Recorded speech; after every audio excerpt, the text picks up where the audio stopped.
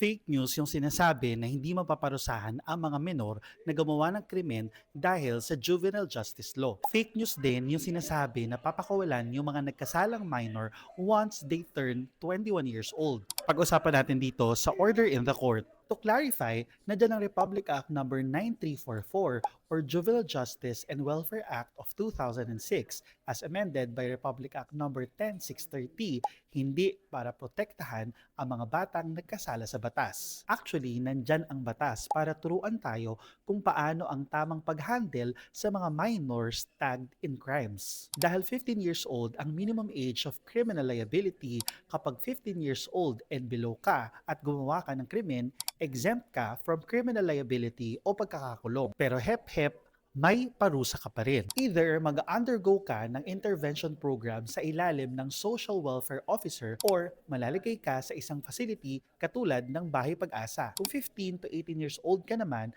maaaring intervention pa rin ang parusa sa'yo. Except kung may discernment ka na.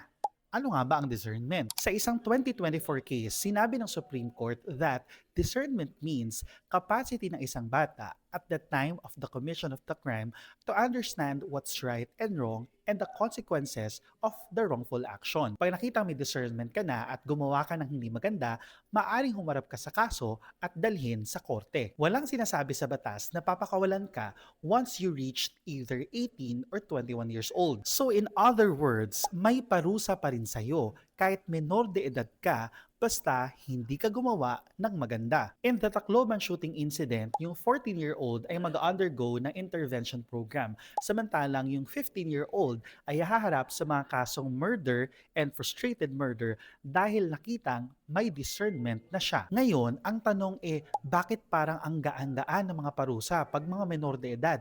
Bakit hindi na lang ikulong ng rekta? Sabi ng maraming eksperto tulad ng Amnesty International, for minors, dapat rehabilitative ang approach. Kung mas mabigat ang parusa, harmful ito sa mga bata at tumalaki daw ang chances na ulitin nila ang krimen. Besides, hindi naman entirely solution ang pagkukulong to change people. Ang dami na ngang suggestions as alternatives sa pagkakakulong, lalo na kung minor crimes lang naman. Another thing, dapat bang ibaba ang minimum age of criminal responsibility lower than 15 years old? Una, bumaba ang kaso involving minors through the years. Pangalawa, hindi naman i-address nito ang root cause of violence. Bakit ba violente ang mga bata?